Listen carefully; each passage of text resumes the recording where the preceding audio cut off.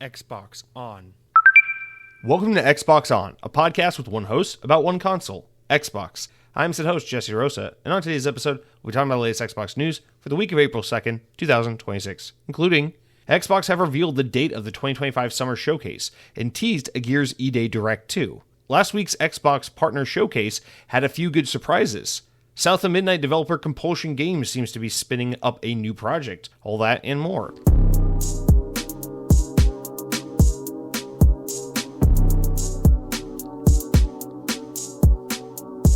On this week in Xbox history, in the year 2025, that's right, 1 year ago, Croc Legends of the Gobos was released as a downloadable release for Xbox Series and Xbox One consoles. Now, of course, I'm talking about the re-release collection, whatever, of Croc Legends of the Gobos, because originally this game was like a PlayStation 1 game from like 2000, what was this, like 2001, 2000, something like that? I don't know.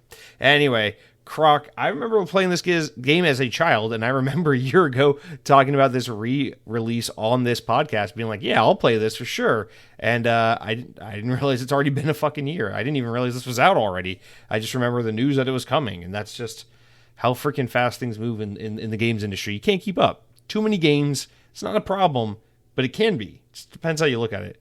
But Croc and Legend of the Gobos, I have no idea if this re-release was any good, but I do know I liked it a lot as a kid. So that's all I can say. Guys, welcome to the Xbox On podcast. I just watched the Artemis 2 launch from the Space Coast going all the way up to the fucking moon right now. I didn't watch it in person, but I watched it on TV. And I looked out my window because I was told if you look to the east, you can see it. I didn't see shit from my window because, you know, I'm like, 60 miles away from the port? Something like that. I'm not terribly far away from where the launch took place. I didn't see anything. I looked for like fucking like jet streams in the air and stuff. Nothing. But anyway, it was really cool to see a rocket successfully launch, knowing that it's headed towards the moon. It's cool to see that at least this country's doing something worth a damn. So there's that. Really exciting, cool shit. Love space, love rockets, love sci-fi. Know nothing about science, but oh well. Guys, welcome to the Xbox On podcast episode. I don't know, what is it? 357? Oh my god. Whew. 357. That's my favorite order at In-N-Out. I always say, let me get a number 357. It's so good. It's like animal style, but without the mustard. You know what I mean? It's so good. We got something coming up real soon on this podcast I'm excited about. So I'm just going to drop that as like a little tease and not give you any more context to it. Let's move on.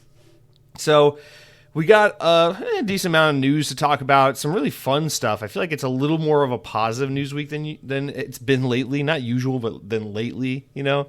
And I'm excited to talk about some games, some things I've been playing, some interesting developments. So I am looking forward to the next, I don't know, whatever it is, 90 minutes or whatever, of us sitting down, talking all things Xbox, maybe more broadly video games, and who knows, might be a little bit of Taco Bell news in there as well, wink wink.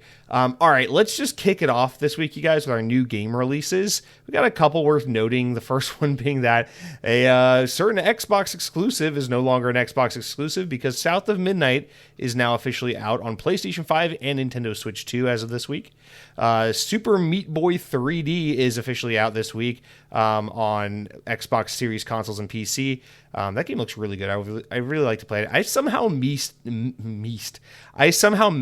Super Meat Boy back in the Xbox Live Arcade days. Never played it. Heard nothing but great things about it. I know it's like a gruelingly tough side-scroller, fast platformer, and I love platformers, so I feel like this is up my alley, but I just never played it. And then Darwin's Paradox, there we go, hit the desk, comes out today, the day this podcast goes live. It's available on Xbox Series consoles and PC. This is that new kind of like surprise announced Konami game. It's like that 2D platformer type looking game where you play as the octopus that they revealed like immediately after the MGS4 remake, which was a very odd announcement. But apparently this is a fun, not great, but decent, you know, cute little like side release kind of deal from Konami, you know, a publisher that doesn't really put out much of anything these days. So that was pretty cool. I don't know that I'll get around to this, but it is a game that I feel like is worth note. It looks decent enough. Yeah, but I don't know. There's some good stuff. Super Meat Boy for me is definitely the winner of the pack. And I say that because I've already played South of Midnight. It was at one point an Xbox exclusive, and it's a great game. So hopefully, I hope this game is able to find another audience. I doubt it will, but I hope it makes like some fucking money. on PlayStation Switch, like for the love of Christ. And here is some Xbox native support on the Switch 2, which is really cool to see. So anyway, that's the notable game releases of the week. Still so much fucking stuff out there to play. I mean, oh my God, every 2 seconds I look at my Xbox or my Steam or my Switch, I'm just like inundated with stuff. But that's okay. It gives us more to talk about, even if there's less time to play it all. So let's, speaking of talking about it, let's hop into the news. We got news to talk about, starting with some exciting information about the next Xbox event, the one everyone looks forward to the most, which is the Summer Showcase. I'm sorry. Let me back up a little bit. I want to start this week's podcast with a little, like a spoiler warning, not about something we're going to talk about in the podcast. No spoilers in the podcast, but this past week, Windows Central and some other outlets were reporting on or carrying over this report about leaks and rumors and spoilers for Halo Campaign Evolved. Remember, Halo Campaign Evolved is going to come with 3 brand new campaign missions that take place before the events of Combat Evolved. So in between the events of Halo Reach and before the events of Combat Evolved. And we don't know anything really about them. There's a lot of speculation and rumor, but now there's official leaks and stuff like that about what these levels are about and looks at the game and everything. And I don't personally want to see it. I just want to be surprised and just enjoy some new Halo content without having the intended surprise spoiled for me. So I'm working to avoid this, but I just want to put it out there. We're not covering this as a news story, like the actual, like what all was said in it, because I'm trying to, maintain this element of surprise here for myself.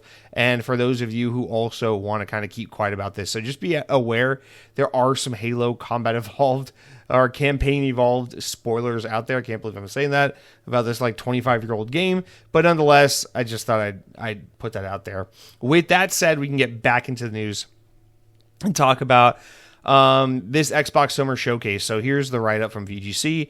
Officially, Xbox has confirmed details of this year's Summer Showcase. The Xbox Game Showcase 2026 will be live streamed from Sunday, June 7th at 1 p.m. Eastern Time, and will be followed by the Gears of War E-Day Direct presentation. Okay, that's very interesting. The showcase promises first gameplay looks at huge news on upcoming titles from first-party studios across the Xbox family, as well as third-party partners around the globe, from the biggest franchises to soon-to-be indie darlings. Immediately following the showcase, we'll go over a deeper, this is what they say, we'll go even deeper on one of the games coming later this year, and directly from the team behind the Gears franchise, the Coalition Studios, Xbox says. Gears of War E-Day Direct will take players into the state of Emergence Day, or E-Day, offering new details, gameplay, and insight about the hugely anticipated origin story of the Gears of War saga. Xbox President Asha Sharma also confirmed that Xbox Fan Fest will be returning, blah, blah, blah, blah, 25th anniversary. Anyway, so is this the first time, at least this year, where Xbox has come out and confirmed, hey, Gears of War E-Day is a 2026 game? I mean, their announcement, they literally say, we'll go even deeper on one of the games coming later this year, directly from the team behind the Gears franchise, the Coalition Studios. So, I mean, they're saying, hey, this game is a 2026 game, but it was not the 2026 Direct in January, Developer Direct. So this is a very interesting thing. It kind of keeps up with that idea that, like, the Xbox Developer Direct, unless they're surprise announcing / launching game like all at once, Developer Direct is a place for like follow-ups on games that are coming out this year that we know about. And I'm guessing the reason why something like Gears E-Day didn't make it this year is because even though it's been announced, it's a game we haven't seen. We haven't had any gameplay. We haven't had much of anything to look at. So I feel like they wanted to have a proper like summer showcase blowout for that before they do something like a Developer Direct, but also they just clearly wanted this game to be their, that thing they do at the end of every showcase as of the past like 3 to 4 years, where they do a developer or a direct about a specific game immediately after their showcase. They clearly wanted to save that slot for this game, which is really cool and really exciting because I was ready to say that Gears of War E-Day was a 2027 game. So knowing that this year we are getting Gears of War, Halo, Forza, and Fable, holy shit, guys. I mean, what a way to celebrate 25 years of Xbox. In May, you get Forza Horizon 6. Maybe around September, you get Fable. Or maybe around October, November, you get Halo. God knows where the fuck Gears of War is going. Hell if I fucking know. I have no clue where that game is going. Because you really don't want to put any of these games out around Grand Theft Auto, but fuck if I know. I am so excited to find out about that. Obviously, I'm just excited for the game showcase because every year this is such a blast to look forward to and to watch. Some years are better than others, but it's always a really fun event. And just, man, knowing that we're going to see really in-depth look at Gears of War E-Day and that it's coming this year has me honestly over the moon. I mean, like it really gives Xbox that extra thing it needed to just be a great year for Xbox. We got Halo, Gears, Fable, Forza. We got a tease about the next generation console, and we got some leadership shakeup that's hopefully, going to bring about some change. Hopefully it's good change, but it will definitely be change that is much needed because Xbox has become a ghost, a shell of its former self, and so this is just a really promising year ahead of Xbox. And I'm really psyched about this. So, okay, we're officially in April. We're 1 month away from Forza, and that will kick us off on this roll of excellent first-party Xbox games that should be exclusive but won't be, but are coming to Xbox nonetheless. So stop complaining about it. And man, I'm really excited for June 7th now.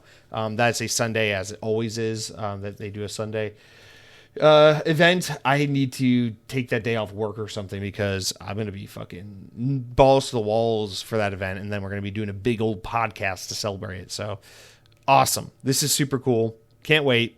Favorite video game event of the year every year, hands down. Very much looking forward to it.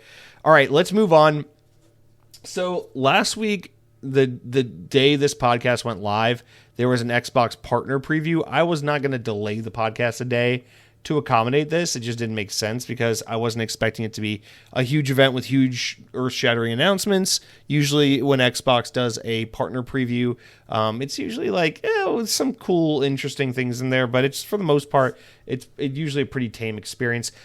This one I thought was one of the better ones. I didn't actually watch the event. I just watched the trailers after the fact. But looking at the announcements, this, in my opinion, was one of the better partner previews. And partner previews, for those who need the refresher, are basically just these Xbox Directs specifically geared towards like indies and third-party games that are like kind of a smaller to mid-tier. It's not like earth-shattering like E3 type news. It's usually like smaller stuff.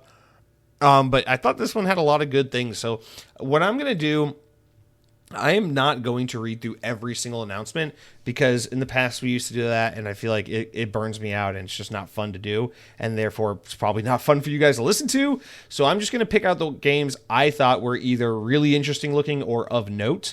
So let's go down the list and just kind of call these names out and talk about them. I mean, there's about, 15, 20 games announced and shown at this event, or shown, not everything was announced. A lot of these things were re-reveals or follow-up trailers, whatever. But yeah, let's start from the top. So the biggest news is that Hunter the Reckoning Death Wish was announced, which is really crazy. So this is a new Hunter the Reckoning game. Hunter the Reckoning was a game for the original Xbox that was developed by High Voltage Software, a team that probably has a team that's still around and has probably very little recognition and love, but it's a team that's very special to me because they made the Conduit series for the Nintendo Wii, and that was a really important game series for me when I was in middle school. So that game, the original Hunter the Reckoning was made by High Voltage Software, a team that usually just does licensed stuff, but has made a couple of original games. And it was published by Interplay, the Brian Fargo studio back in the day, the old studio. The one that made Fallout. So very interesting combination. But Hunter the Reckoning was this like top-down 1 to 4 player local co-op like monster like 3D action game where it was kind of like a brawler in a way. And it wasn't like super technical or anything like that, but it was like this kind of dumb fun like hack and slash third person top-down looking not party, but like, kind of like more casual third person action game. And I don't know, the game has kind of like, I don't know if a cult following is the way to put it, but it's kind of like a game that's been remembered over time, despite the fact that it's not from a big name developer and that it's not like one of the most highly, regarded games of that time period. There's just something about this game where I feel like it's not that everyone loves it, but it is that everyone remembers it. And so there's something kind of like, oh wow, they're bringing that back about this announcement. But yeah, I mean, Hunter the Reckoning is coming back. Now this new one is being developed by Teon, which is the team that makes the RoboCop Rogue City game. So that's the new developer that's working on this game. And weirdly enough, the game is going to be, it looks really high production, everything. We got a little bit of gameplay in here. It's mostly cinematic, but it looks like it's going to be a first-person game, which is quite a departure from what we had in the last game. In my opinion, it's really cool and really exciting looking. It looks very much like some kind of zombie monster action game, horror action game, and I think it looks kind of fucking sick. It's slated to come out next summer in 2027. It's being published by Nacon. It looks fucking cool. I think, it's probably just Hunter the Reckoning in name and in spirit only, but I think it's cool that they're reviving this IP and that we're getting more of it, and that's a first-person shooter, and I don't know. I think this is kind of like a little bit of a win. This is a cool announcement. I'm sure this will also be on PlayStation and PC and the rest, but I think this is fucking awesome get, and I'm genuinely looking forward to seeing this game and playing this game at some point. And I think everything they showed at this event is a play anywhere game, so just keep that in mind as we continue to move forward. But yeah, the next game of note, this isn't one that's interesting to me, but it's a very popular game. Wuthering Heights, which is this free-to-play, Chinese-developed, nonsensical anime titty game, is coming to Xbox after years of it being available on mobile and PlayStation, but not Xbox. So it is coming to Xbox in this July. Yep, done there. Just had to say that. So anyway, good for all you anime titty fans out there that look for that stuff.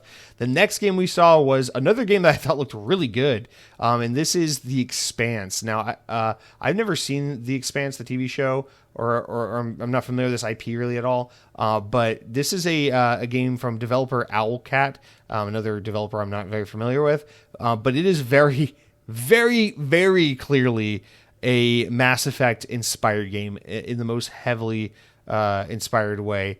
This game, it looks like a third-person RPG shooter game with lots of choice-based narrative and, sci-fi, kind of like space RPG kind of narrative stuff going on. It looks really fucking cool. I don't know what's going on in this world, but I see guys taking cover and shooting. I see spaceships. I see people in astronaut costumes bouncing around in spacecraft. I see all types of things. I see people with guns. I see spaceships flying around. I see lasers. I see creatures. And this game looks fucking awesome. It's very obvious that they're basically taking the TV show IP The Expanse and adapting it into a Mass Effect type game. And I think it's a great idea because this game looks fucking awesome. Now, apparently there is a beta that's going to be available later this month on the 22nd, which you can sign up for online. But other than that, yeah, this is a Play Anywhere Game Pass title, and it comes out later. What is it, later this year? Did they say? Let's see.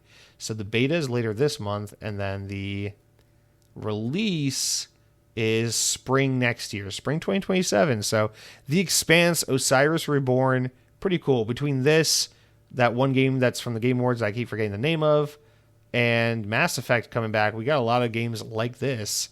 And I guess you could maybe say Starfield, but it's not really the same. But anyway, it's good to see that Mass Effect likes are kind of coming back in a way. All right, next game here worth mentioning, Serious Sam Shatterverse.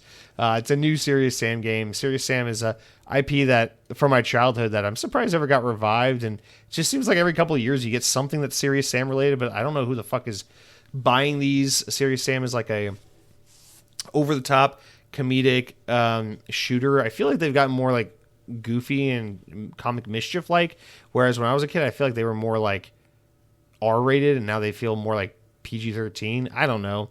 It seems like it's less of like I don't know, it talks about like upgrading your arsenal and changing your loadouts and stuff like that, so a little different from the Serious Sam I grew up familiar with. And then it looks like they're like swinging from vines and stuff. So I don't know if this is supposed to be like a 4-player because it's showing like 4 people playing together. I don't know if it's supposed to be like some 4-player roguelike. Oh, that is what it is. I'm sorry. So it's like a roguelike. It's like one of those, survive the horde, pick an ability upgrade, grab new gear, prep for the next round kind of deals like Vampire Survivors. So that actually looks pretty cool. Nothing crazy that I'm super interested in, but I know Serious Sam's a long-running IP that is somewhat relevant to people.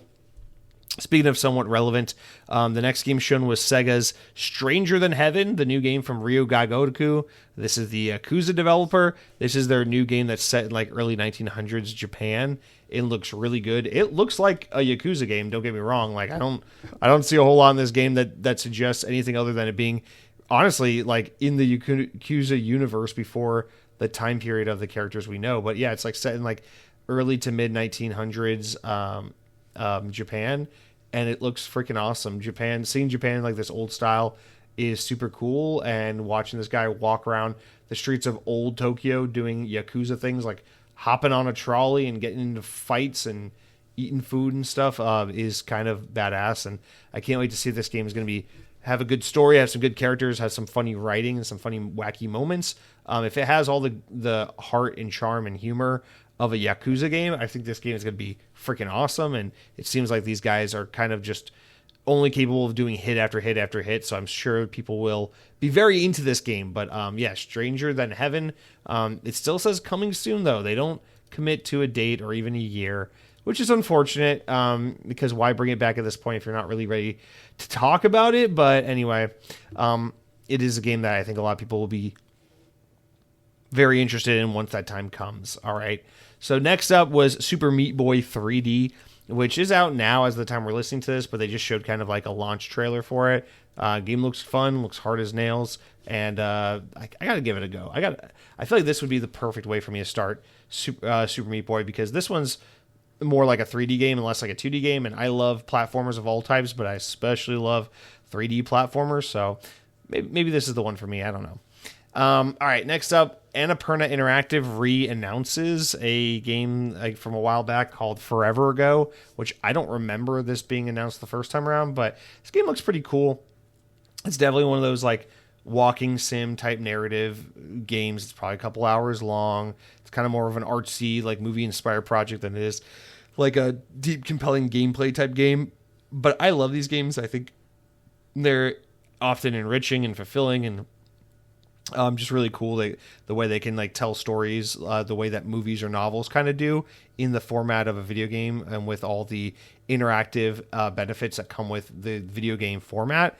So I think it looks cool. It looks like this old guy, maybe on a road trip of some kind, rediscovering something from his past. It looks like some kind of like, I don't know, gripping with age or coming of age or coming to terms kind of something or other, dealing with the impending inevitability of death. Perhaps the trailer alludes to a couple things that look pretty interesting. It's coming out this fall. So if you're into those kind of more short narrative based, maybe walking sim type games, this looks like another good one from Annapurna Interactive that will be out later this year. Let's see. Next up, they announced, here's a really good one.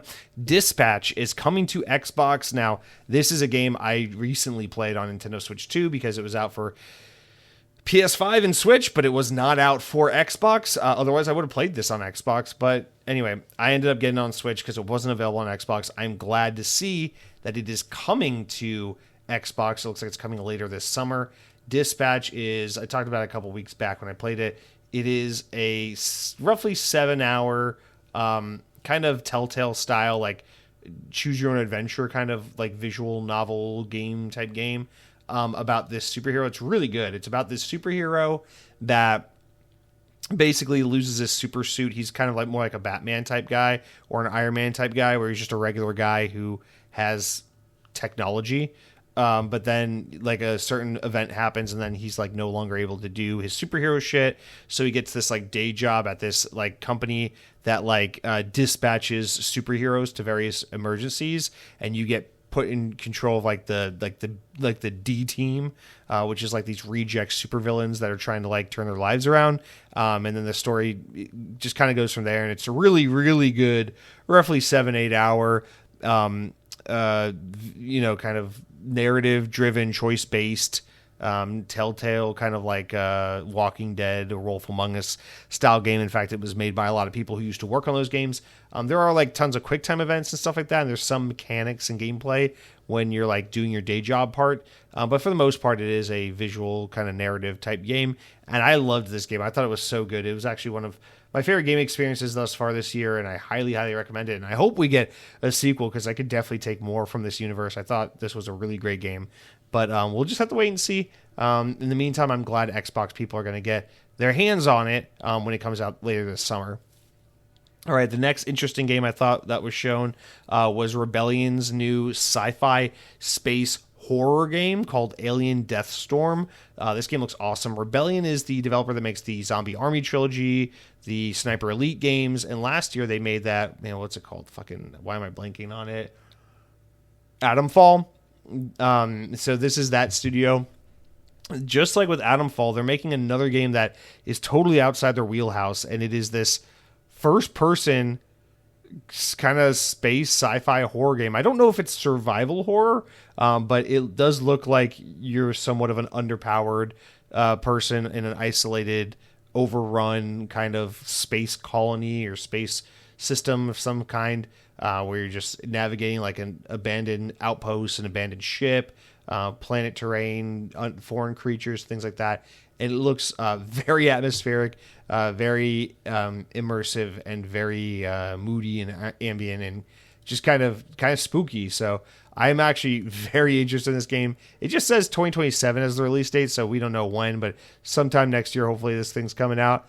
But I will be all over this. This looks very much like a game I would love, and I just really appreciate Rebellion and their continued efforts to try and do different things. I think they're a great developer that, unfortunately, I'm not too familiar with all their games. I've like dabbled in a little bit of everything they've done, but I've never really stuck with any of their stuff.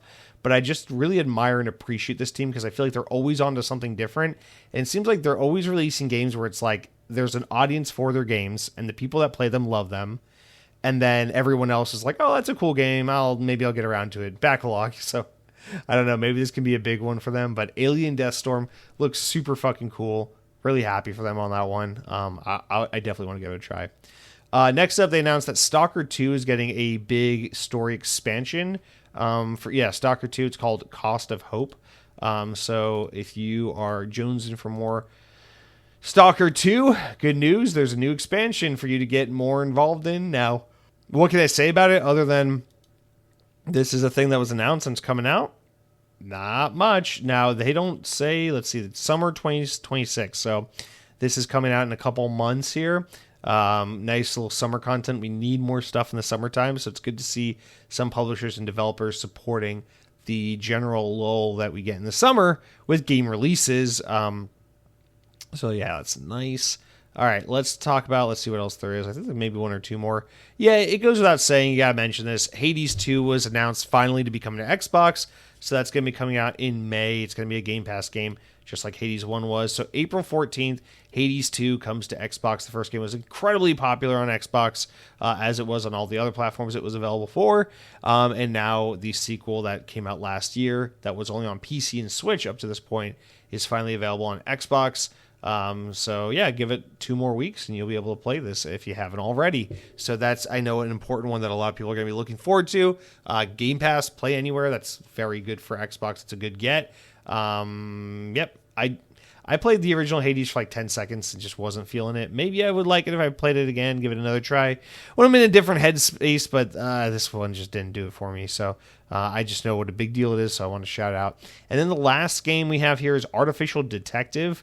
Now, I still don't really understand what this game is. It's from a new studio called Vivix, Vivix, and it's like this artificial intelligence robot humanoid thing. Has like a daughter, and he's like, don't touch my workstation. And then there's like this dead reindeer fucking zombie creature, and he's like, oh no, what have I done? And then he has like this nanotechnology that's like forming like these creatures, and he's like, don't hurt my daughter. thing I created, and now you're fighting robots, but you are a robot. So it's like you created this android automaton fucking environment, and now you're trying to save the world from it while also protecting your daughter figure person. And there's like robots everywhere, but there's humans everywhere, and you kill robots pretty much in this game. So don't expect too much blood. It looks fine. It's like a third-person action adventure game, kind of. It looks like a PlayStation type of game.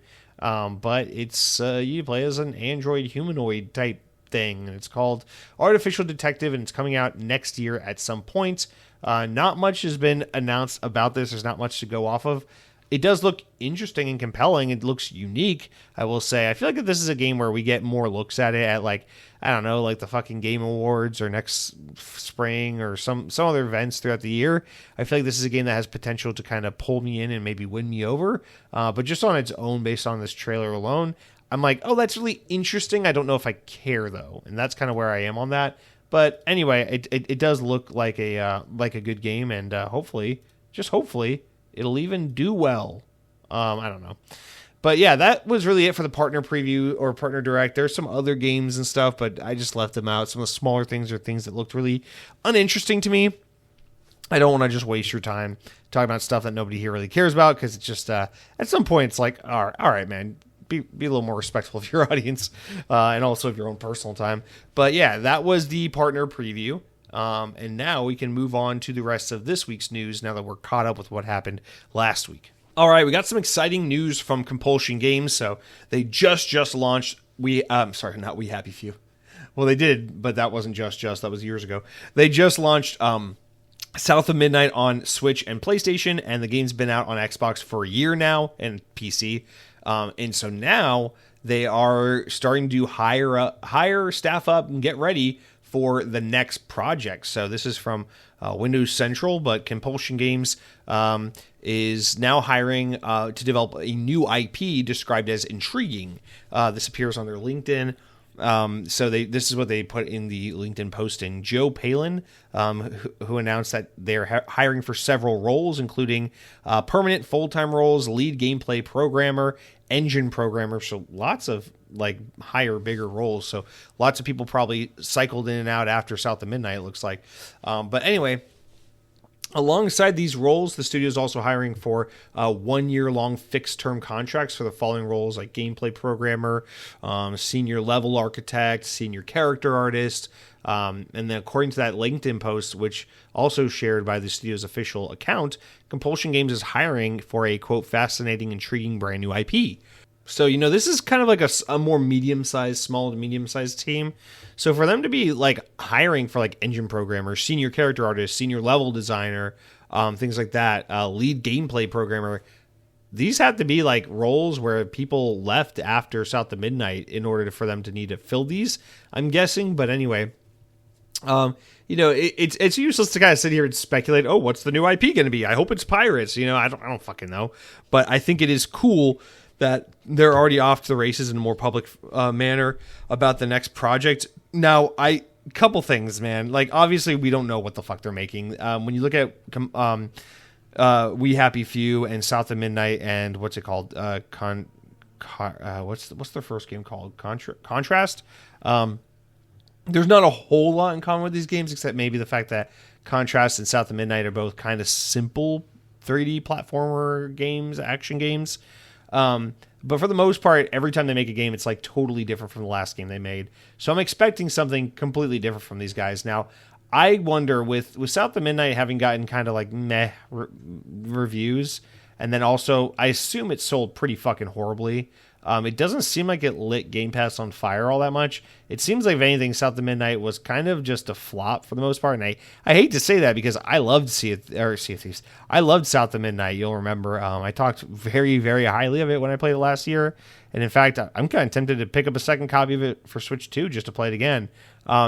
But yeah, I mean, the thing about Compulsion is it's like they're an Xbox-owned team, and Xbox loves firing people right now. They love buying things, blowing money, putting nothing out, and then firing everyone at the studio. So I feel like because they're kind of in that transition from launching a product into beginning development of the next product, now is a great time for them to fire people, shut down the studio, and be like, sorry, don't waste time and money ramping up for the next project. We're actually just going to call it quits here. I was kind of prepped and ready, not hoping for, not eager for, but I was preparing myself for what I thought would be an inevitable closure or significant reduction in staff of this team from Xbox. And so the fact that they're not only doing that, but they're also announcing a new game, it's highly exciting, but I almost wonder if it's for strategic purposes. Like they're like, hey, if we like really telegraph to people like, hey, we're working on a new game, hey, come work with us. Maybe it will, start to put our name out there in the spotlight and do a lot of that. Like, oh, hey, the guys behind this game are making a new game. Oh, Xbox has a new first party game in development. That kind of buzz and chatter. Maybe they use that to capitalize on the fact that, they're in a precarious situation where they might get shut down, and they're going to use that kind of vocal power to be like, hey, Xbox, you can't shut us down. We just announced a game. Or, people are expecting something from us. You can't shut us down.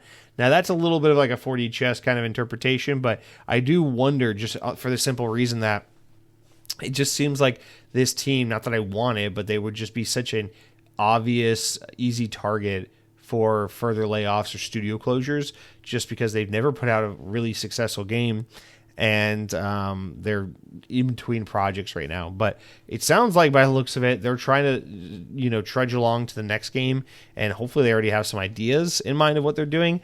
I, for one, am excited about this. I really like Compulsion Games, and I wish the best for these guys. And yeah, let's hope for another fucking awesome original IP.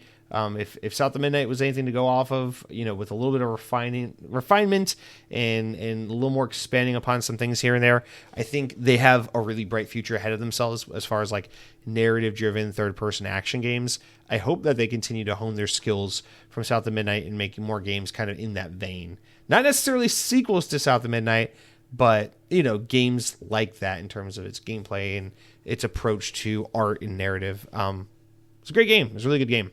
All right, guys, let's talk about some, so we're talking about some possible new games coming out. Let's talk about some possible new Game Pass tiers coming out. So last week we talked about possibly a need for some additional Game Pass tiers. And then this past week, we got this report that says, hey, Xbox is actually kind of developing and creating an optional additional fourth tier of Game Pass that they might release at some point. So this news comes from Redfix over on Twitter, who basically leaked that this new Game Pass tier, if it comes to fruition, is going to be codenamed Triton. And so what it basically does is it's Game Pass, but instead of all the back-end content and third-party content, you just get, unlike Essential and Premium and Ultimate, you just get games from Xbox Game Studios. So it's Game Pass literally for Xbox games. So you'll get Starfield, and you'll get South of Midnight, and you'll get Halo, and you'll get Forza, and you'll get all that stuff in there. But you're not going to get The Crew and Maneater and freaking Need for Speed and Mass Effect and Hades 2 and all this stuff, because these are all third-party games.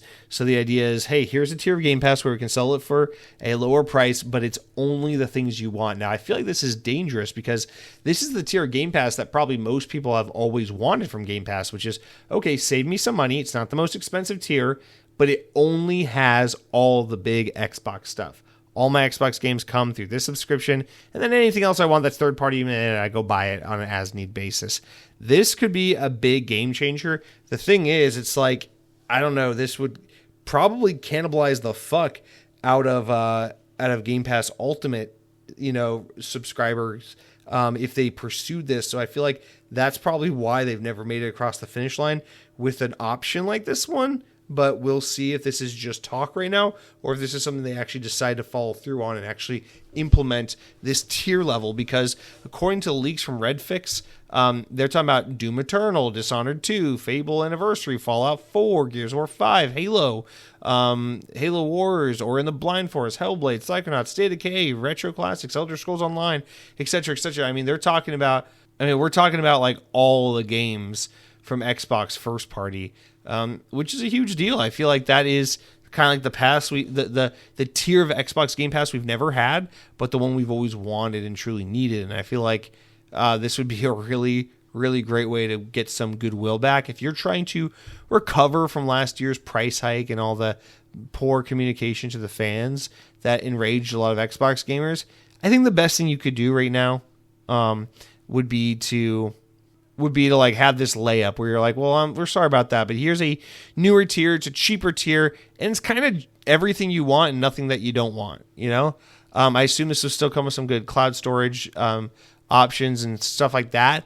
But like if they could do something like this and bring it down to $20 a month, I feel like that'd be a fucking knock out of the park. It's like, oh, you get Call of Duty and Fallout and Halo and Forza and Fable and, in Diablo and everything all included for $20 a month. Like that's a good fucking deal. And that puts Xbox Game Pass back into, I think the good graces of a lot of people, because you're giving people basically 99% of what they want in Game Pass, and then they're just foregoing all the little accoutrements and extra little surprises from some of the third-party and indie stuff that's on there. So anyway, I think this is a cool idea. Is it a viable idea? No clue, but I hope they do it, because if I ever came back to Game Pass, it would be for something like that kind of tier, although I am still pretty happy with purchasing my games now that I've switched back to that way of doing business. So probably not, but if I were going to switch back, it would have to be for something like that.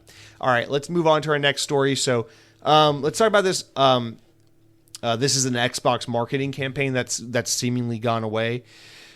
So this is from Windows Central rather, but Microsoft's new gaming CEO personally pulled this is an Xbox marketing campaign as one of her first acts in charge, the company now claims. According to Windows Central's reporting, Sharma's first act after coming on board was to shut down the This is an Xbox marketing campaign. The advertisement campaign promoted Xbox as a cross-device platform, notably on other company products such as Samsung and LG. The campaign proved controversial with some players who already perceived a diminishing value from owning an Xbox after Microsoft's decision to start putting its games on PlayStation 5. And also, according to Windows Central, some of the staff internally disliked it for undermining their efforts. In a statement issued to the publication, Microsoft confirmed that This is an Xbox was discontinued due to a direct decision from Asha Sharma. She retired the advertisement because it didn't feel like Xbox, a spokesperson said. She's personally leading the rest of she's personally leading a reset of how we show up as a brand.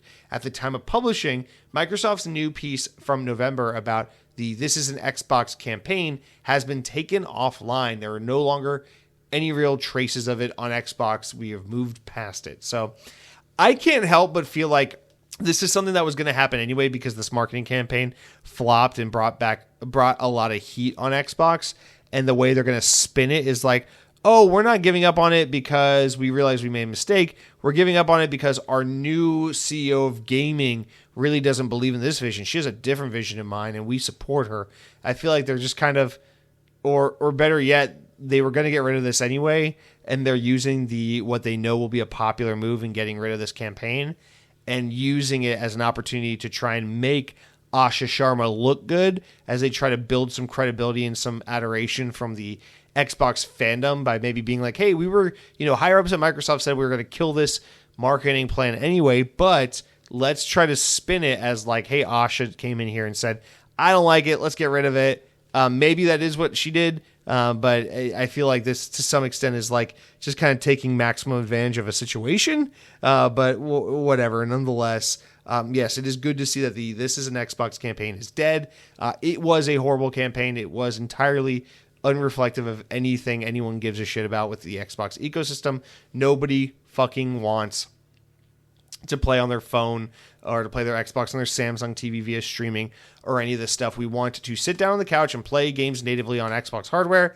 And if you could please be so kind as to finally actually make a real Xbox handheld, that'd be great too. Thank you very much. But yeah, I mean, maybe they're just using this inevitability as a way to build some goodwill for Asha. But let's choose to give her the benefit of the doubt and just say, thank you for getting rid of this fucking campaign.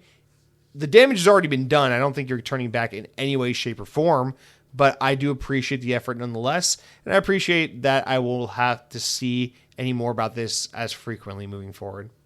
All right, guys, let's move into this next one that's like, I guess it's not top billing for Xbox because it's really not Xbox news, but it is in an indirect way, and I think it's kind of the most fun story to talk about if you're looking for like salacious news and news that's kind of getting people like engaged and riled up. So let's talk about the not uncommon really these days, but maybe often underplayed relative to Xbox, this kind of like PlayStation fuck up or self-own, I guess, if you will, which is that last week, Sony announced that they are significantly raising prices on PlayStation 5 hardware, with all models increasing in price by at least $100. So this actually goes into effect as of the day this podcast goes live. So unfortunately, we didn't really have an opportunity last week to like really discuss this and give anyone a heads up or a fair warning. But after all, this is an Xbox podcast, so I guess not too bad, whatever. I don't know. But so beginning April 2nd, the day this podcast goes live, the regular PlayStation 5, the one that has a disc drive, is going to be $650. Remember, in 2020, this launched at $500, and then last year or two, it went up to $550, and now it's $650. This is $150 more expensive than it was when it first came out 5.5 years ago. All right, next up, PlayStation 5 Digital Edition. So this is the console that in 2020 was $400, is now $600, which last year or 2 years ago went up to $500. So this console that was $400 fucking 5 years ago is now $600. It has gone up $200. And the PS5 Pro, which was released at $700 when it first came out, is getting its first price increase to $900. Holy shit. No, not $800, $900 for the PS5 Pro. So this is egregious. This takes where Xbox fucked up and increased Xbox prices super a while back now, and kind of makes it look even anemic by comparison, because this is really bad. They're also raising the price of like the PlayStation Portal, the streaming handheld device, by $50, which we'll get into more a little later in the show. But yeah, I mean, this is rough. I mean, in the UK, for example, the digital PS5 is up to £570. That's the regular one. The digital one is up to £520, and the Pro model is £790. In Japan, it's gone up almost twice as much as it did as it was priced in 2020. And it's been affected in Europe. I mean, this is the thing, is the PlayStation 5 is getting price increases in its most important markets: North America, United Kingdom, Europe, Japan, its home market. Like, this is really bad. It's not like, oh, it's in some markets where there's specific financial constraints. This is like, nope, just all around. So you'll remember, of course, that Microsoft raised the prices on Xbox consoles 2 different times last year. One time earlier in the year, one time later in the year. A standard Xbox Series X console now retails for $650, up $150 since launch, just like the PS5 standard edition did. They're the same deal. And the cheaper Series S model now retails for $400 instead of its original $300. But because of what's happening now, the Series S is now again the kind of attractive, affordable option, because a $400 Series S is still cheaper than a $600 digital PlayStation 5 or a $500 Switch or something like Switch 2 or something like that. So Xbox has somehow, unfortunately, through an unforeseen and unfortunate series of price increases in an ever shittifying economy or economic situation that we find ourselves in globally, somehow Xbox has stumbled their way back into being the most affordable entry-level way to play modern video game hardware. Yes, this is very disappointing to see this happen, but this is where we are now. And I want to start off with, there's two of you guys wrote in about this particularly. So let's start off with Cargo Runner, who wrote in and says, so Sony increased their console prices just 2 months after the Sony CFO stated that they'd secured enough RAM until the end of the next fiscal year. Personally, I think this is just greed. They know people are going to buy a PS5 for GTA 6 and whatever the price is of a PS5. GTA 6 is not on the Switch 2 or PC, so Sony are milking the GTA fans for as much as they can get. Maybe the newer, higher PS5 price will push sales of the Series S. Maybe, but I doubt it. So a couple things here, man. I don't know that that's exactly true. I mean, listen, you're not wrong. Sony will no doubt benefit greatly from this when GTA comes out and it's only on Xbox Series X and PlayStation 5 and nothing else. And people go, well, fuck, I don't care if the prices went up. I need to play GTA 6.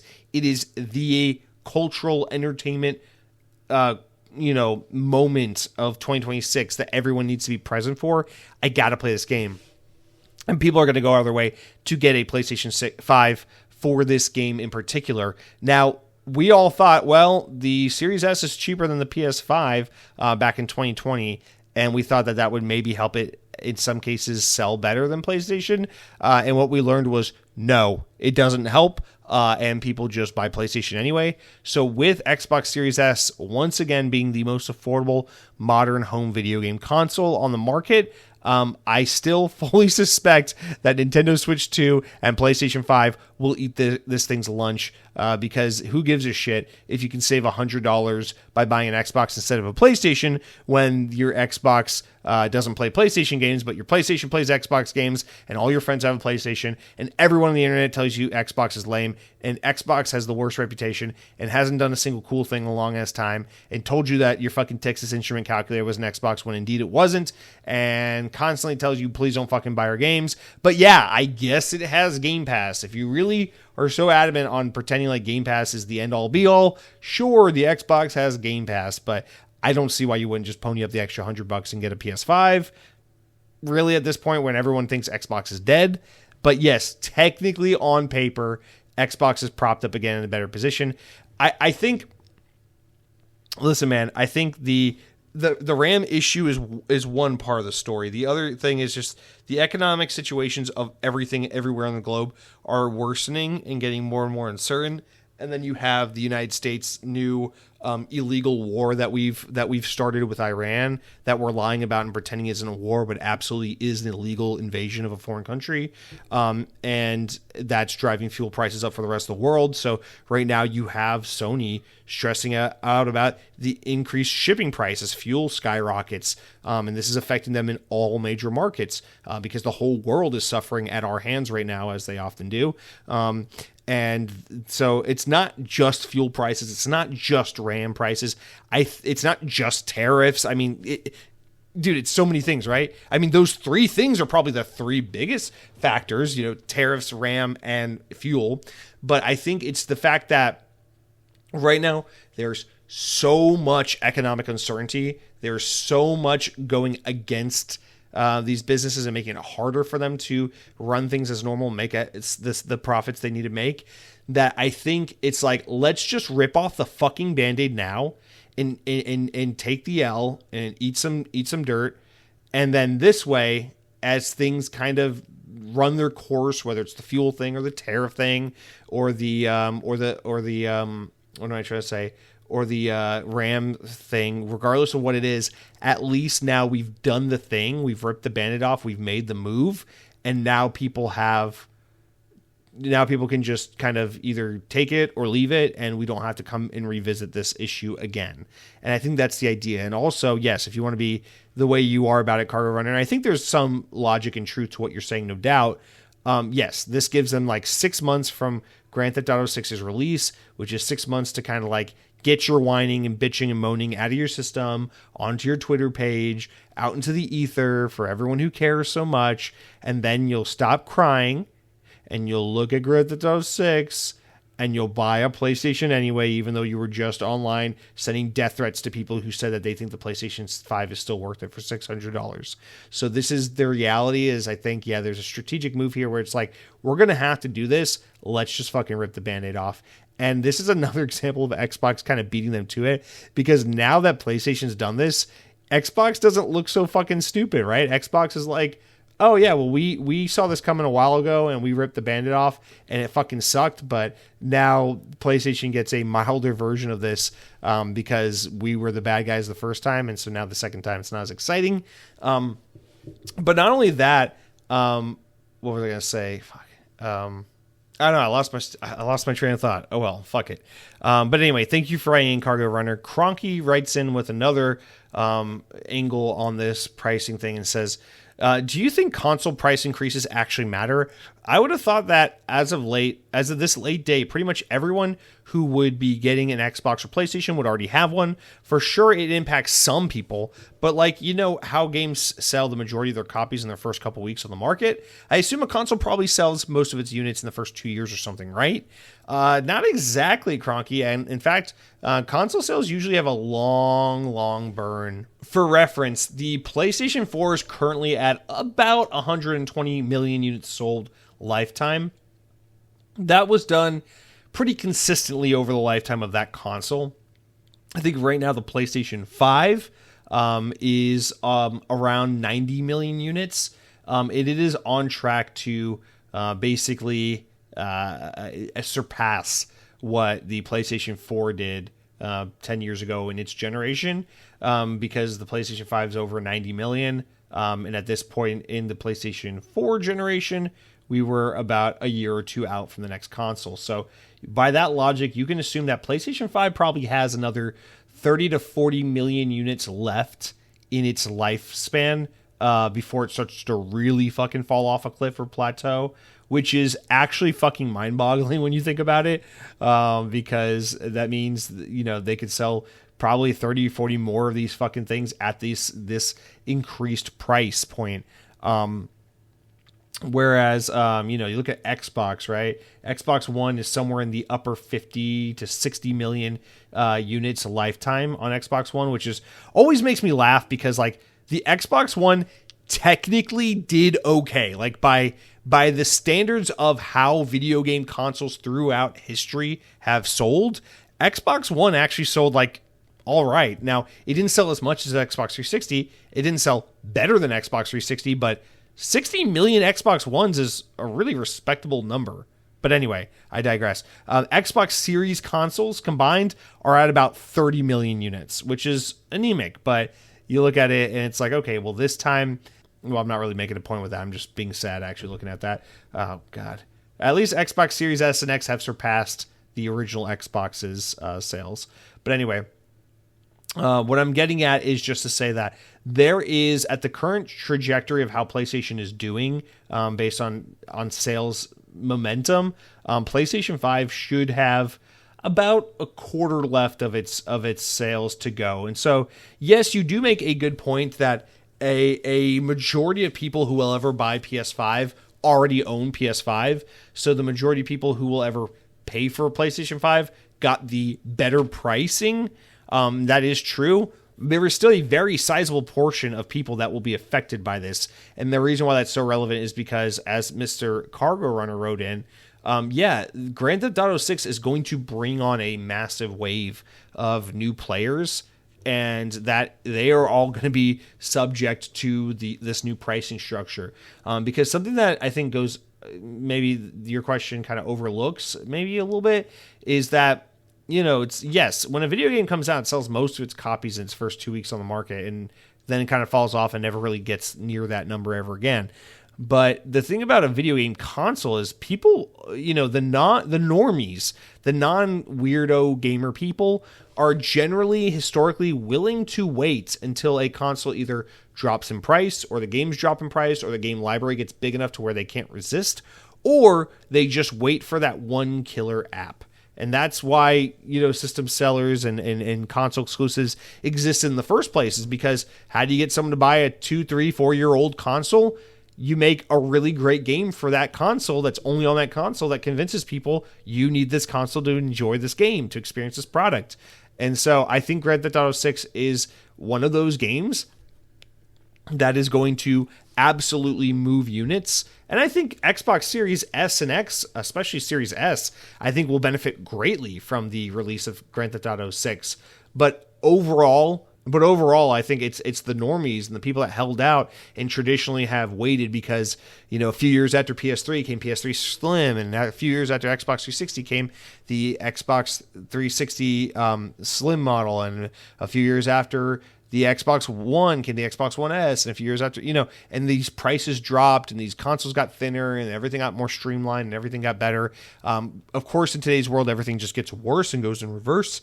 But I think there's a lot of people who held out because they didn't think this would happen, and they were waiting for a game like Grand Theft Auto 6. I can't think of a single game that is currently available on the PlayStation 5 that is going to excite more people than Grand Theft Auto 6. I fully expect Grand Theft Auto 6 will have the highest attach rate of all PlayStation 5 owners. So yeah, I think it matters because they still have millions of consoles left that they're probably going to sell. But you do make a good point, which is that, and this is often the case with the internet, the people that are probably bitching the most and the loudest are people who are entirely unaffected by this. Yes, that's like if I were here just bitching all day long about how they raised the price of the Xbox Series X, but I have a Series X, and bitching about the Series S, but I have a Series S. So yes, I agree. I think you both make some really good points. Although I think there's just a lot to consider here. But anyway, the reason all that matters so much is because Xbox is no longer this let me be careful. Xbox is less of a terrible value proposition now by a lot compared to where it was 6 months ago. I'll just say that. Now, if they could bring back console exclusives, I would say Xbox Series X is by far the superior platform because the price is the same, but it's a more powerful console minus the PS5 Pro. And it has better games, and it has Game Pass, and it has a better controller, and better online, and better infrastructure, and better everything. And yeah, I would say Xbox is the best console on the market this generation, but because they take all their games and put them on PlayStation, I'd still think the way to go is probably to buy a PS5. Just saying. All right, guys, let's talk about this next one. I'm not really too enthusiastic about this next one, so we won't dwell on it too long. But apparently the reports out there is that Disney is considering attempting to acquire Epic Games in the future. This just it goes into a lot of things. So, I mean, obviously, if you own Epic Games, you get two big things. You get Unreal Engine and Fortnite, two massive things. Disney invested a shit ton of money in Epic Games a couple of years ago. They put like over $1 billion in investment into it, and we know that Epic Games is working on that giant Disney World fucking Fortnite like thing, that Disney metaverse for them or whatever the hell it is that they're working on.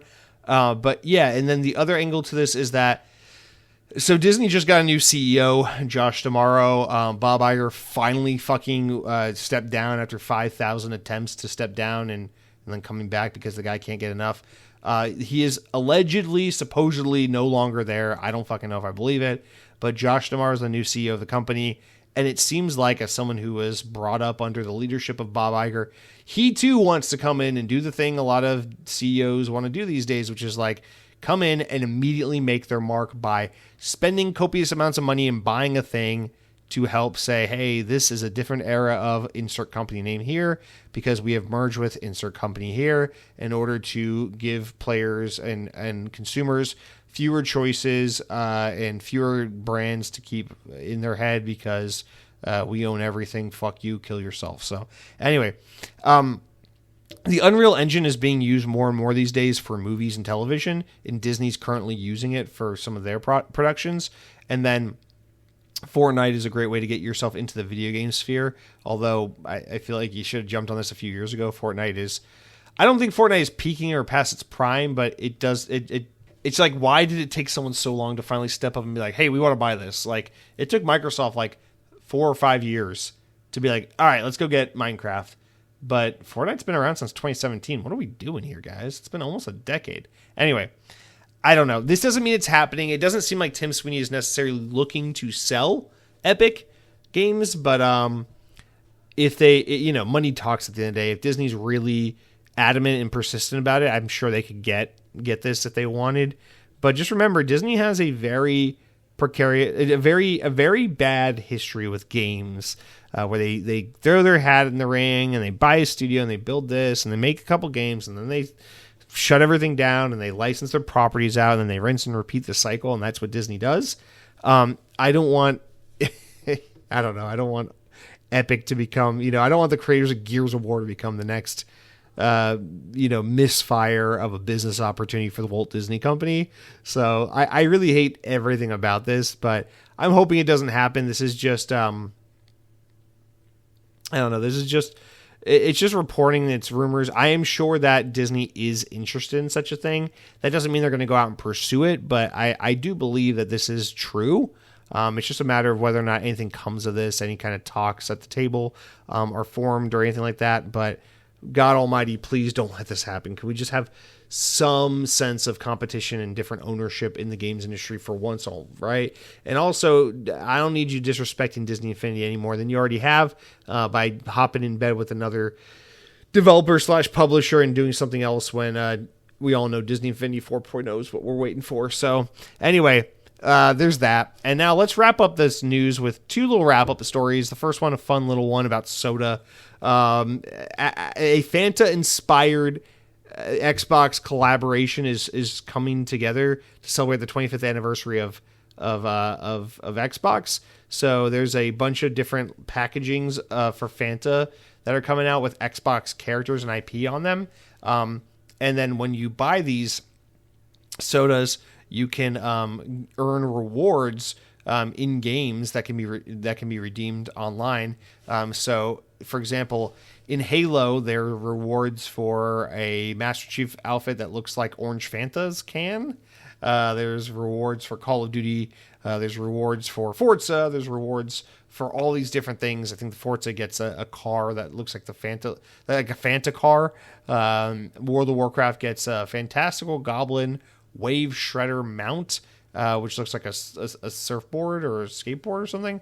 And Call of Duty Warzone and Black Ops 7 get a Fanta-inspired calling card of Ghost from Modern Warfare, along with double XP. So lots of good opportunities to drink Fanta and play Xbox. What bothers me about this, I have nothing to say about this other than one thing. Xbox, you've always been in bed with Mountain Dew. Why the fuck are you letting this happen? What is this? What is this nonsense? You fucking... I'm reading through your phone and you've been texting with Fanta.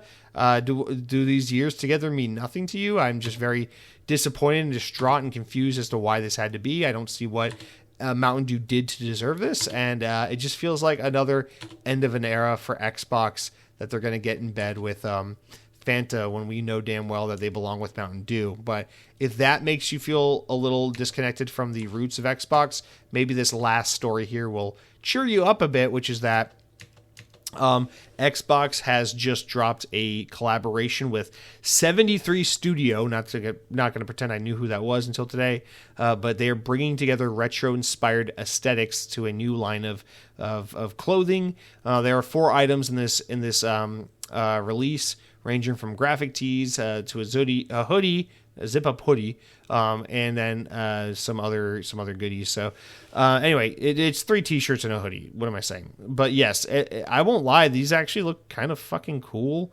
So 73 Studio, it's some clothing brand I didn't know about until just now.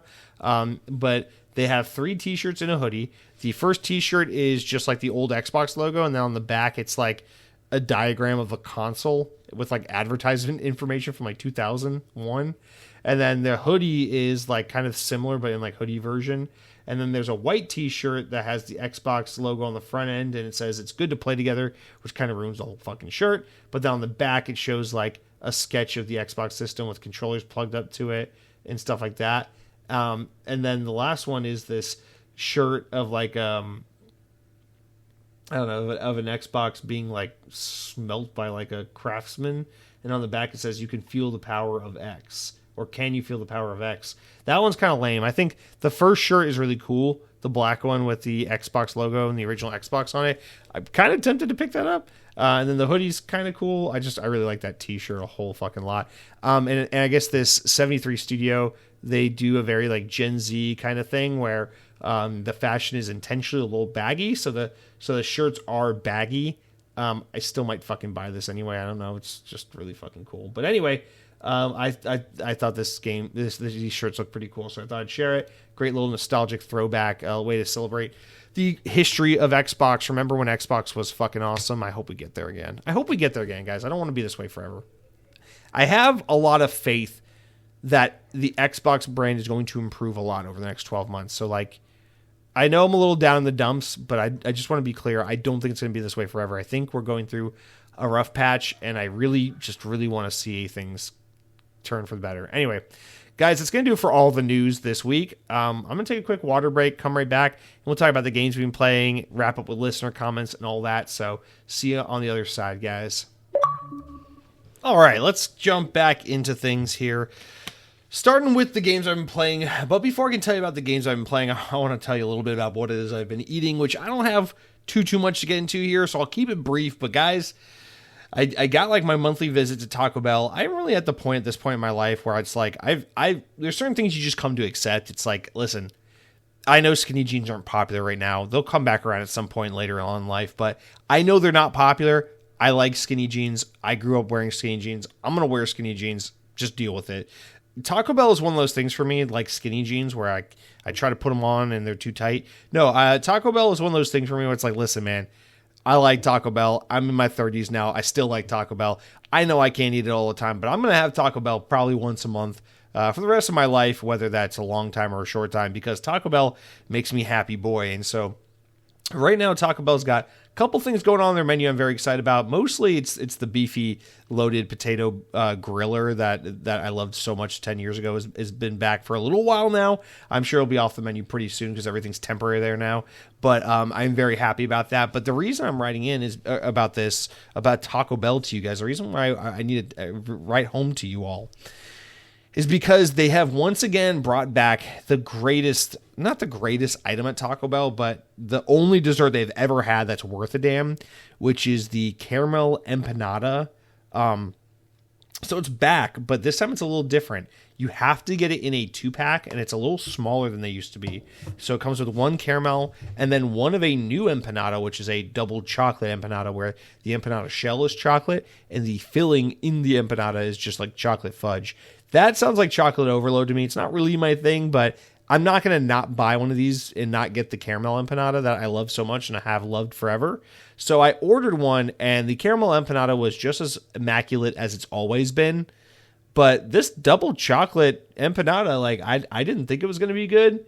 And don't get me wrong, it's not better than the caramel one by any stretch of the imagination, but it is good, and I do like it, and I am glad I tried it. So Taco Bell out here taking swings and getting hits out of it. So, if the caramel empanada is a home run, the chocolate empanada is a double, which I can take. And maybe a single. Maybe it's a single, but I'll take a single all day long. Fuck yeah, it gets you on base, baby. So Taco Bell, thank you as always for taking good care of me, for always having something interesting and compelling for my taste buds to enjoy.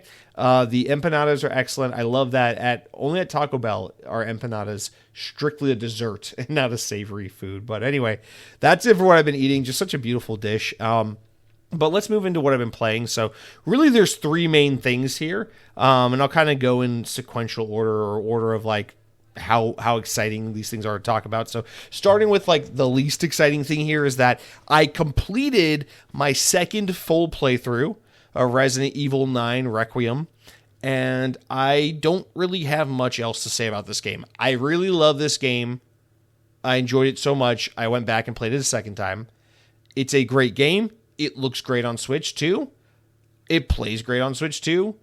It looks great on all the platforms and plays great on all the platforms from what I understand. And I just think if you're only going to play like one Resident Evil game right now, this is a great jumping on point and a great place to start. And I know longtime Resident Evil fans will be like, no, you got to play Resident Evil 2, you got to play Resident Evil. No. The stories in Resident Evil games don't fucking matter for the most part. This game is just a really, really fun game. It's got really great pacing. It's brief. It's short and sweet. And I think it's a great representation of the various things that Resident Evil can be, whether it's more action-oriented or more horror-oriented. And overall, I just think really, really highly of this game. I strongly recommend it, and I just love the hell out of it. So that is Resident Evil Requiem. I am done with that game for now, at least. Don't need to keep playing it anymore, so I'm moving on to newer games.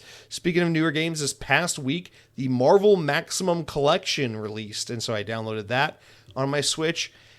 And I've been dabbling in that. I was looking forward to this. It's kind of like quietly announced like a month ago and then quietly released like this past week. There's just not a lot of buzz around this game, but I am very pleased with this release from Limited Run Games. That includes 6 games, X-Men arcade game I never played, Silver Surfer game, which is apparently horrible, but whatever. This Captain America and the Avengers game I've never heard of or played. But a couple of Spider-Man games from my youth that I always wanted to play and never played. There's a Spider-Man X-Men game and this Separation Anxiety, which is a sequel to Maximum Carnage. The game in this collection that I knew about growing up that I played was Spider-Man and Venom Maximum Carnage. Now, I can't for the life of me remember if I had the Super Nintendo version or the Sega Genesis version of this game. I want to say I had it on Sega, but when I go back and play both versions, I can't tell because the music's different. I don't know. It's driving me nuts. Anyway, so let's start with this one. So yes, Spider-Man and Venom Maximum Carnage. This is a fucking tough arcade style side-scrolling beat-em-up brawler game from, I want to say, 1994. And this game is, first of all, I booted it up for the first time after not playing this game in like over 20 years. This game's music goes so hard, even after all these years. Such a fucking awesome soundtrack. But yeah, I absolutely adore these games. The art style, the 16-bit art style of these Marvel characters on the Nintendo and Sega consoles back in the day just look so fucking good. But let's talk about it sincerely. Like, Maximum Carnage is by no means a good game. In fact, it is a bad game. And in this collection, you get like the Nintendo versions, the Game Gear versions, the Genesis versions, all the versions of the games. And I'm going through, and there is no version of a lot of these games that are even remotely good. But because these are like more about game preservation, these are like timepieces and time capsules and things like that.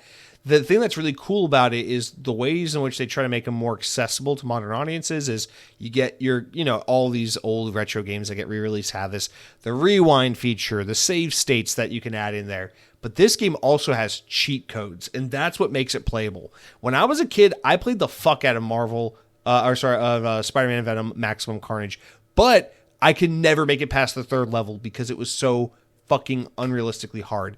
Well, as someone who's now played through every level and beaten Maximum Carnage, I can confirm if you're not cheating, there is no reason why anyone should be able to beat this. It is so insanely hard, not just by 90s video game standards, but by any standards. It is horribly balanced, is horribly made. Listen, it's not even like Dark Souls where it's like, get good, bro. It's like, no. You can't study the enemy's moves and learn how to get good at the game because there are too many times in this game where the CPU just lets the opponent attack before you can even recover from the previous attack. So you just have to take damage because it won't let you move or jump or block or anything before the enemy even attacks you in a subsequent manner. So this game is, don't get me wrong, by all intents and purposes, it is horribly made and balanced and everything, but it looks great, it sounds great, and it's nostalgic to play. So what I did was I was like, I just want to see these games through. I just want to play through them. I don't give a shit about the integrity of, you actually learned how to get good and did it yourself. It's like, I don't give a shit about any of that. So I just turned on for all these games, unlimited lives, invincibility, whatever. Fuck it. I don't care. I just don't want to die every 2 seconds and get the game over screen. So I'm not using rewind. I'm not using save states. I'm just fucking doing unlimited lives and invincibility and blasting through these arcade games in like 45 minutes to an hour each. And so right now I'm on Marvel and Venom Separation Anxiety, which is basically the sequel to Maximum Carnage. And I never knew this game had a sequel until this collection was announced. I always just thought Maximum Carnage was this one-off game. And so this is exciting news to me that this game from my childhood had this sequel all along I never knew about, and now I get to experience it. I will say, so far, these games are so similar yet so different. The art style changes dramatically, and the sprites, like sizing and everything, and the character animations change so dramatically from one game to another. But at the end of the day, the core combat and everything is so goofy. And one of the things I love about this game is it is such a typical fucking brawler. Like, you could take the Spider-Man or the Venom sprite art and replace it with like fucking John Wick or Chuck Norris, rest in peace, or anyone you want, and it would be the same fucking game. Because I love how it's like Spider-Man. You think of Spider-Man and your imagination lights up. You're like wall crawling, web slinging, spidey senses, super strength, faster healing factor, and things like that. But then you play this game, and it's like, what are your options? You can punch, you can kick, you can jump. It's like, dude, it's like I'm playing a Spider-Man, and yeah, you can kind of web swing, but not really. And you can kind of climb walls, but not really. Really, all you do in this game is like punch and kick like you do in any side-scrolling beat-em-up game. So it's like you got like this amazing IP with these characters that can do all these cool things, but in this game, all you really get to do is just like move, punch, kick, next boss or whatever. You know, it's just like any other generic beat 'em up. It's basically bad dudes with Spider-Man sprites. But anyway, that being said, playing these games with invincibility and unlimited lives, and just kind of playing from start to finish and getting to watch all the levels and cutscenes in these games, oh my god, these games are such a treat, both visually and auditorily, where the music is so fucking good in these games, and watching like the cutscenes and the story content, it's awesome. It's just like reading like shitty comic books. It's just so, god, these games just like, they just ooze this like 90s Marvel thing that's just so comforting and nostalgic and fun for me, and I love the fuck out of it. So I'm gonna spend some more time with this weekend. I'm planning on blasting through. I plan on playing all of these games because hell, I mean, they're all like under an hour long, and you can just turn on invincibility and just see through every level. So it's like, why not? You know. So that's my plan, is to play through all these games and fuck around a little more with this. But yeah, it's a great collection. It's got tons of artwork and box art, and like developer artwork and stuff like that from back in the day. So lots of cool archival stuff, and just a really fun collection of these older, more obscure Marvel games, only one of which I was familiar with, but just so happens to be a game from my childhood that I'm nostalgic for. So this is a really fun treat, and I really enjoy the Marvel Maximum collection. It's like $25. I got on Switch, it's on Xbox, on PC, whatever. But yeah, I think $25 well spent. I'm very happy with it. All right, the last thing I am playing this week, I think, is going to be a very, very, very out of left field kind of thing, which is that, listen, man, this PlayStation price increase thing is really getting to me, because, you know, when Xbox was jacking up prices, I was like, I have a Series X, I have a Series S, I don't care. Like, obviously I care for other people it affects. That sucks. I hate that for them. But like, for me, it's like, I'm good. This doesn't really affect me personally. But this PlayStation thing kind of got to me, because Sony's kind of like 1-2 punching people like me in the nuts right now, where it's like, listen, man, God, I can go on this for a long time. I learned my lesson back in the day with the PS4, which is like, I loved the PS4. PS4 is great. I had a PS4.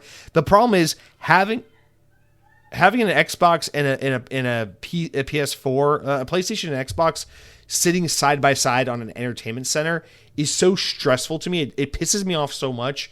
Because it's like, I don't get full enjoyment out of either of these platforms, because they are 90% the same fucking box, and then 10% different. And then you just feel like shit all the time. You're like, I'm playing all these third-party games on my Xbox. This PlayStation's just collecting dust. It's a waste of time. And then you're playing like the one-off PlayStation exclusive every once and again. And you're like, I'm on PlayStation. I'd rather be on Xbox. I really just like being on Xbox. I don't even like having a PlayStation just so I can play Uncharted and The Last of Us. Like, this is silly.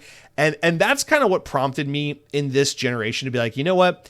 I'm not going to do PlayStation. I'm just going to sit it out. I'm just going to do all Xbox and go all in. And Nintendo's always been so doable as a secondary, because Nintendo is, you know, where PlayStation and Xbox are like 90% the same product, Nintendo and PlayStation, or Nintendo and Xbox, are like 20-30% the same platform. Like, there's so much more difference. So it's always so nice to have like an Xbox and a Switch, because you're like, yeah, I got my Switch, I'm playing Star Fox and Mario and Zelda and Metroid. And then you get your Xbox, it's like, I'm playing Call of Duty and Halo and Forza and Fable. It's like, awesome. Different shit, right? Far Cry, whatever, you know? So anyway, with that said, I thought I wasn't going to be playing any PlayStation this generation, really.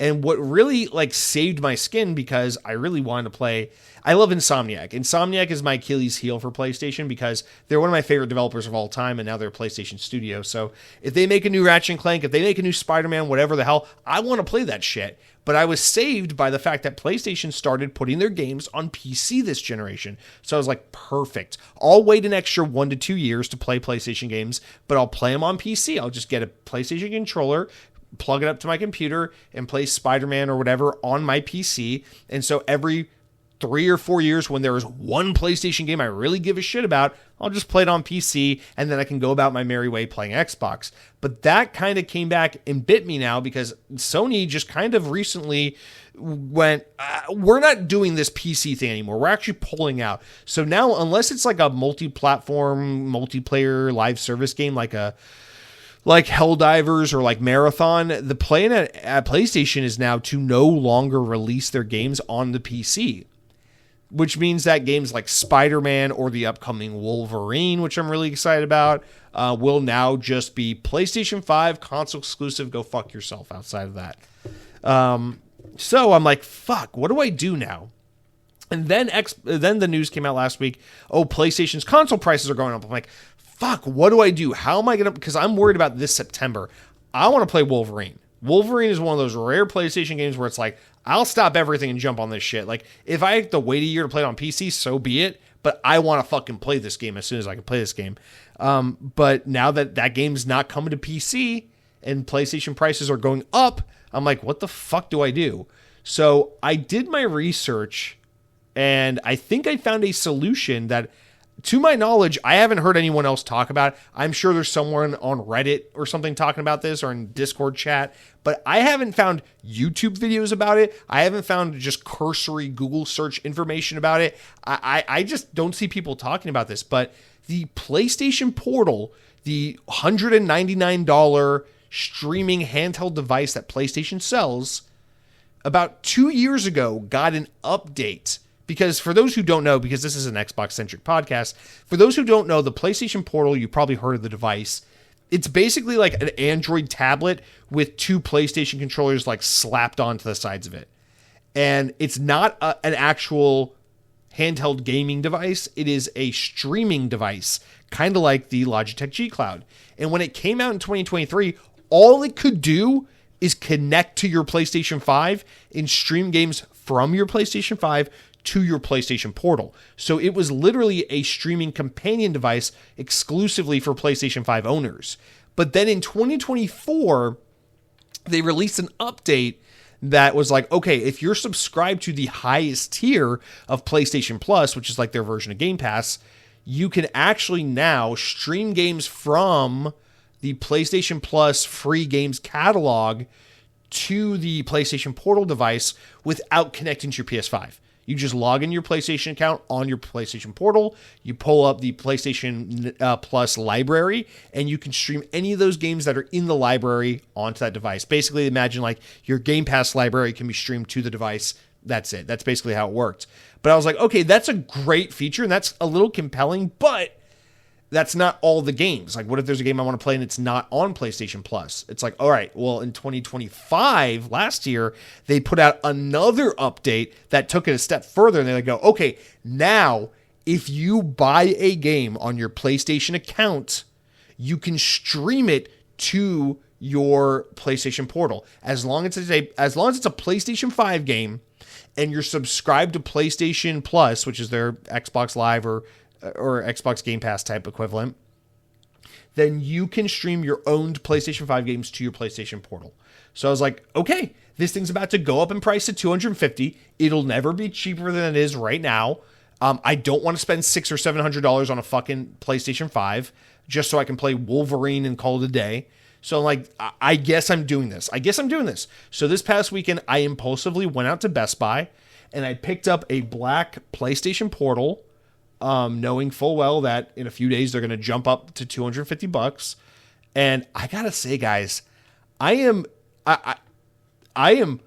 blown away by how fucking cool this device is. Listen, I bought this thing like begrudgingly. I bought it like, listen, I'm a tech guy. Like, I love consumer tech. So I'm always excited to open a new toy out of a box and fucking boot it up and get it set up and feel it and smell it and touch it and be a fucking freak with my DS or fucking whatever it is. You know, it doesn't matter if it's a cell phone or a fucking battery bank or something that I'm going to take with me on a flight. Like, I just love tech. I love unboxing tech and having it. So like, I was looking forward to getting a new toy in the arsenal, but I was not prepared for how well this works. Like, when I got home from Best Buy, I was like, I need to immediately unbox and set this thing up because what I was thinking was my experience with Xbox Game Pass game streaming will sometimes be incredible and will sometimes be and will sometimes be shitty and will sometimes be passable and sometimes be pretty good and something like it's all over the place. So I was like, let me make sure this shit actually works as advertised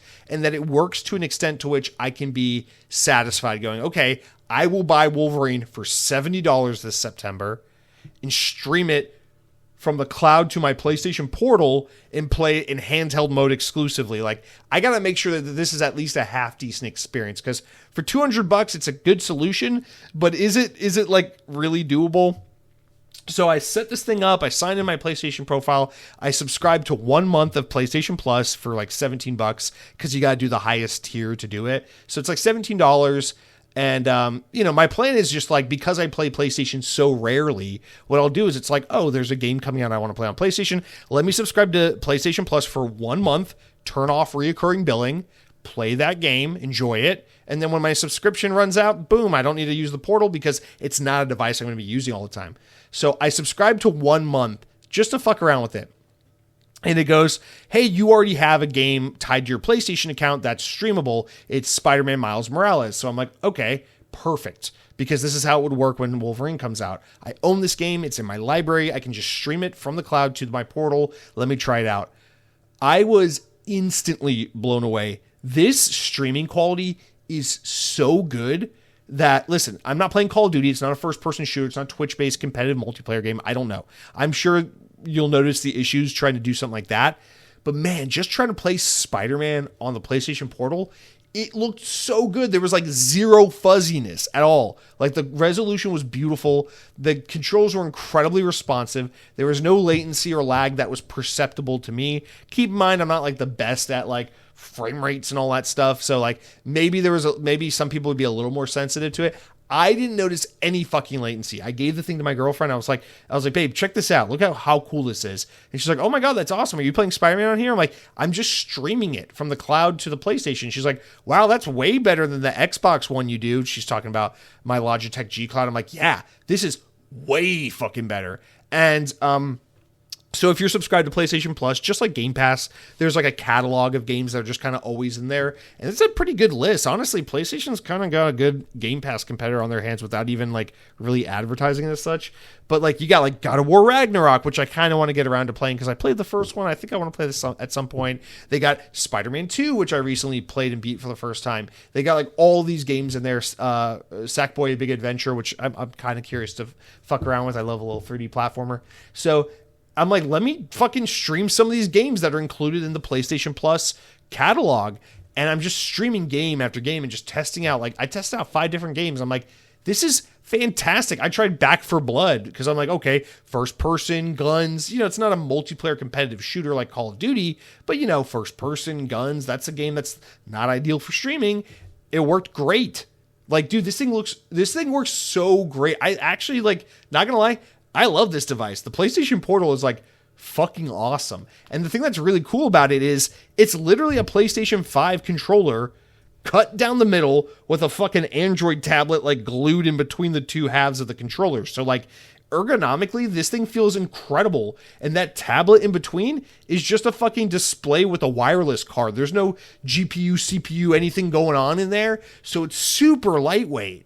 So you pick it up, it's wide, it's large, but it's light, it's ergonomic, and it feels so good in your hands. And for $200, you get this amazing streaming experience. So I'm like, immediately, I'm just like, oh, fuck yeah, dude, this works perfectly. This works so well. So, dude, come September when Wolverine comes out, buy it for $70, subscribe to 1 month of PlayStation Plus, play the fuck out of it on my PlayStation Portal, let my subscription run out at the end of the month. I'm good. There we go. Wolverine played.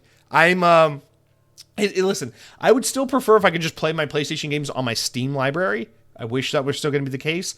But this is an amazing alternative that I am more than happy with. And it saves me from having that issue I had last generation where I'm like sitting down on the couch looking at my TV and I got the Xbox and the Wii U and the Switch and the PlayStation, the fucking, and all the things plugged up. And you're like, this is too much stuff. It's too much to keep up with. It's too much pressure. I want to have the Nintendo Switch and the Xbox, So when I want to play Metroid and Mario, I got Nintendo. When I want to play Halo and Call of Duty, I got Xbox. And that's how I want to keep it. So this is clean. This is an excellent solution. And I just got to say, dude, shout out to the PlayStation Portal. It is superb. That being said, just being in the PlayStation ecosystem, like the menus, the buttons, the layout, the feel, the account, all that, it just feels so much worse than the Xbox to me. But it is nice. And I do like PlayStation. I do appreciate PlayStation. So I'm very grateful for this alternative. I can now continue to enjoy my Insomniac developed games without having to buy a $900 PlayStation 5 Pro or whatever the fuck it is that we're charging almost $1,000 for a fucking 5-year-old PlayStation. Awesome. All right, guys, that's it for what I've been playing. Let's round out the show with a couple more comments. So we got to 2 of them earlier in the show. Now we got like 5 more to kind of round us out. They're pretty quick ones, but you know how it is. YouTube.com/Xbox On Podcast. Click on this episode, drop a comment, say whatever the fuck you want to say. I'll read it on the show, and let's have some fun. Starting out with My Own Greed, first time writer. Welcome. Says great podcast. Thank you. Very, very much appreciated. Thank you, My Own Greed. Way of the Lao writes in and says, love this podcast, man. Gets my week started. Listen, Way of the Lao. This podcast goes live on Thursday. What the fuck are you talking about? Is your Monday on Thursday? Or do you hold the podcast hostage until Monday morning to listen to it? Explain yourself. Report back to me. Thank you for writing in, Mr. Way of the Lao. It's always good to hear from you, bud. I hope you're doing well. Spidey Baggins writes in, previously known as Jay. It says, Spider-Man rocks. Amen to that, brother. Absolutely amen to that. And then it says, FYI, Jesse, Spidey Baggins, Jay, have defaulted to my gamer tag. I love that your gamer tag is Spidey Baggins, Jay. That's so fucking sick. You said, keep up the great work. Your podcast is awesome. And you rant about how a successful gaming company ends up laying off people, or your rant about how successful gaming companies ends up laying off people was pure Jesse magic. This feels like the Filet Shitting Myself podcast because I'm just reading compliments now. No, I appreciate that, man. Thank you. I went back and re-listened. Sometimes I'll listen to like parts of the show. I can't listen to too much of it. But sometimes I'll go back and listen to parts of it, and I listened to that part, and I was like, this is a fucking weird podcast, man. This is a weird show. But I appreciate you so much, Spidey, formerly known as Jay. All right, Cronky writes in and says, I hadn't heard of DLSS 5 or the drama surrounding it, but I watched the trailer after hearing you talk about it. I hate it. I hate it so much. Burn it with fire. Not only does it change the entire visual style, but this is how uniqueness in games dies. Imagine a world where you never get a Kirby's Epic Yarn because every game looks identical and just bad. This just turns an actual art style into uncanny valley trash. Yeah. And there's a reason why you're getting multiple thumbs up on this comment because, yeah. I mean, it's just, listen, if there's any silver lining or good news here, it's at least we can all agree this stuff is ass. And so hopefully there's at some point enough of a pushback that this is something we don't have to contend with any longer. But for now, yeah, man, it's just fucking ass. I don't have much else to say about the DLS 5 thing because I feel like last week we covered it pretty good and we kind of got to the bottom of it in the sense of like, it doesn't fucking matter what you can control with it or how much you can turn it on or off. It's bad. We don't want it. Get it the fuck out of here. It destroys the artistic integrity of video games. Please go fuck yourself. But yeah, I mean, have you guys heard of this Fruit Love Island? This AI, generative AI show on TikTok that's like the most popular show right now on all streaming and everything. Like it's like millions and millions of people are watching it. It's just some of the best television I've ever watched, and I highly recommend you check out Fruit Love Island. If you love DLSS 5, you'll love this too. And just thank me later if you go ahead and check it out. All right, let's wrap up the podcast with a write-in from Park C 1972 who says, quote, I have no friends in the UK, so fuck off. Jesse, you are dead to me and the rest of the UK listeners. Why? Why am I dead to you, Park C? What the fuck did I do? I said I have no friends in the UK, so fuck off. I don't even remember what that was in relation to. I have friends in the UK. I'm pretty sure fucking Nigel Thornberry's from the UK or something, or I don't know. Parksy. God damn it, dude. I don't want to disappoint you. It's like disappointing my dad. In the UK, we have a company called Millie's Cookies. They do some amazing cookies, crunchy on the outside, soft and gooey on the middle. Amazing. But recently, an independent store opened in Wolverhampton, near to me, called Samosa Boy, and they make samosas but with sweet fillings. I've tried the Nutella, pronounced Nutella, and not whatever weird way you guys in the US say it. It's Nutella. What do you call it? Nutella? Or you say, you like wrote it out in a way that's like supposed to help me pronounce it the way you do, which I am assuming is Nutella. Nutella. That just looks like Spanish for nut ella, which is ella in Spanish means she or girl or her or whatever. So you're saying nut her, nut her, butter, nutter butter? What the fuck are you talking about, Parksy? Anyway, Nutella, a chocolate orange one and a Reese's one. They now do stuffed giant cookies. Anyway, just keep doing what you do. Hate on Xbox and cream your underwear on Nintendo. Love from the UK. Thank you, Parksy. Bro, cookies are so fucking goated. I'm glad that you liked these cookies. I'm glad that you had Millie's Cookies. In fact, what I'm going to do now is I'm going to open up a new tab and I'm going to go Millie's Cookies. Oh, I should probably put it the right way. Cookies. Oh. They look so good. Why do you have them? Okay, let me look this up.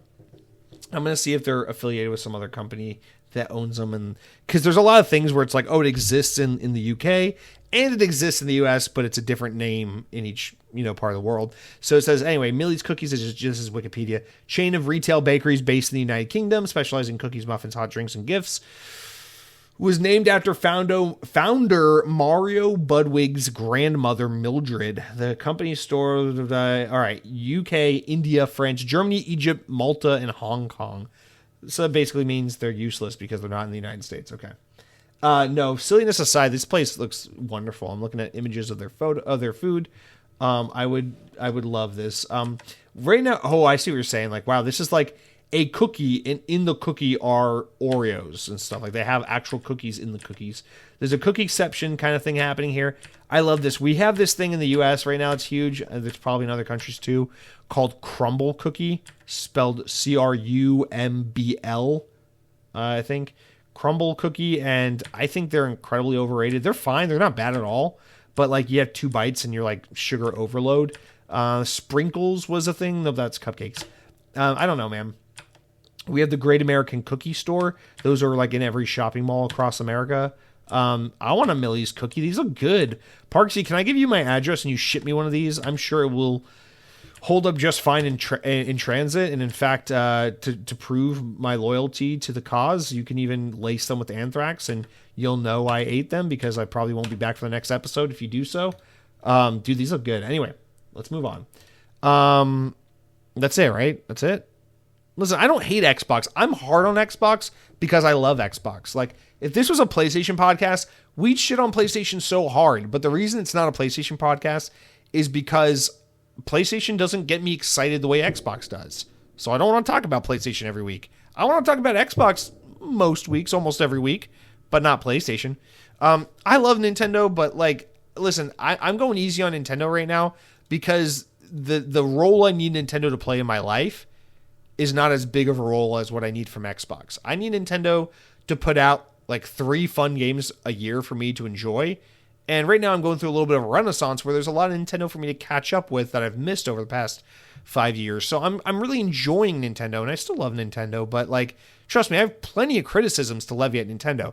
My problem with Xbox is the place where I want to play games every single week. It's the place where I've built my gamer score for the better part of 2 decades. It's the place where I have 90% of my video game library. It's the place where I want to see myself continue to enjoy my favorite pastime of playing video games well into the future, 10, 20, 30 years from now.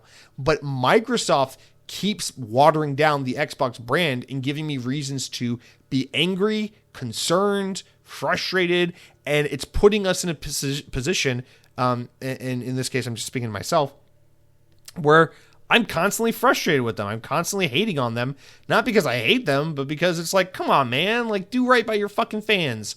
Xbox is the one thing you have, Microsoft, that isn't completely fucking lame at this point. Like, can you please just let us have this one thing without fucking Satya Nadella trying to turbocharge his AI or whatever the fuck he's on about? I don't know, man. I understand it comes across as negative, but just know that it comes from a place of love. I sound like a parent, but yeah, Xbox in a way is kind of my baby. So, fuck you, dude. What was that I said? I have no friends in the UK, so fuck off, okay? All right. Thank you guys all so much for listening. Thank you all for writing in. Those of you that wrote in, appreciate you all so much. Please have a wonderful weekend. Enjoy some video games wherever you decide to play them. And until next week, brush your teeth and power your dreams.